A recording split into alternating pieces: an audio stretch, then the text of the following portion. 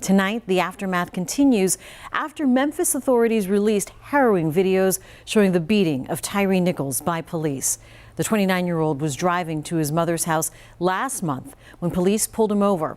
And not too long after, 5 police officers began brutally beating him. Over an hour of footage from several angles from that night were released Friday night. We're choosing to show only part of the video tonight due to its graphic nature. It showed the savage beatdown in detail. Nichols heard calling out for his mother as this happened less than 100 yards from her house. He would die in the hospital 3 days later.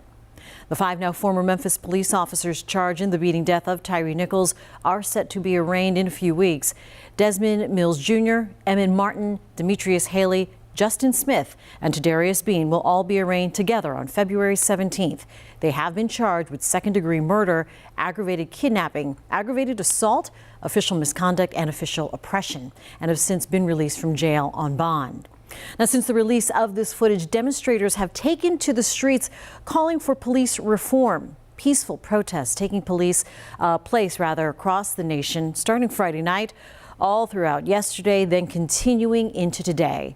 The one you're seeing here happening earlier today in St. Paul, Minnesota. Also in Milwaukee, where police marched in near freezing temperatures to show their support for Nichols' family. Marches also held in Louisville, Jacksonville, and Greenville, South Carolina, where a small group of people gathered to voice their frustrations about the video. They held signs such as this, reading, quote, "Stop the murder," and "Tyre should still be here." We all saw that video. We all saw George Floyd get killed. We all saw so many videos of innocent people being murdered, yet we haven't seen the reform, the change, the policy to actually fix that. And more protests were also held yesterday in Uptown Charlotte. Today, more marches being held all around the Queen City, calling for more change in the wake of Nichols' death. WCNC Charlotte's Austin Walker explains what change people are hoping to see while acknowledging the progress already made. As we remember him, we pray over his family. 3 demonstrations in just 10 hours across the Queen City in response to the release of Memphis police body camera video. It shows 5 former Memphis police officers brutally beating and striking Tyre Nichols. They beat that young man to death over a traffic stop. Matter of fact, even if he was recklessly driving, did he warrant getting beat to death? You don't want your children to be afraid to drive. Nichols would die 3 days after Memphis officers attacked him. Sunday afternoon at Marshall Park in Uptown, a community using the power of prayer. My son said to me, leaving church today, Ma, it could have been me. Charlotte leaders in attendance. We thank you that these people in power know you. Demonstrators praying over Charlotte Mayor Vi Lyles and CMPD Police Chief Johnny Jennings, acknowledging the progress made, but the work that's left to do. Let us get better and improve. We will commit to you, and I will commit to you, that the Charlotte-Mecklenburg Police Department is going to get better.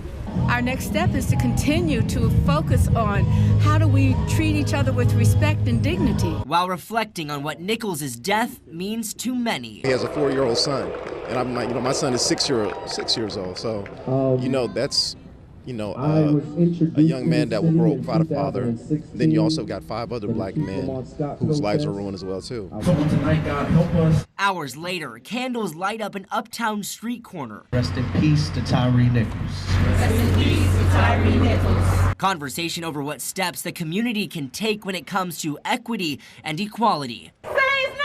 Tyre Nichols! Later, signs and flags marched through the streets of Uptown. Indict! Cass Otley with Seeking Justice Charlotte using this night to hold those accountable. Also to apply pressure and to keep pressure on them until they arrest all of the officers, the white officer that tased him at the first encounter, and also all the officers that were on scene, the paramedics that did not render aid, and also the firefighters that did not render aid. 3 demonstrations with change at the forefront. We want justice, and we're going to continue to march and continue to fight till we get it. We don't get no justice, then you don't get no peace. In Uptown, Austin Walker, WCNC Charlotte.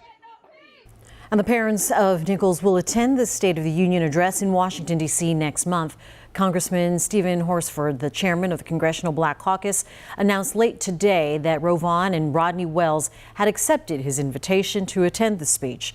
President Biden will deliver his second State of the Union address during a joint session of Congress on February 7th.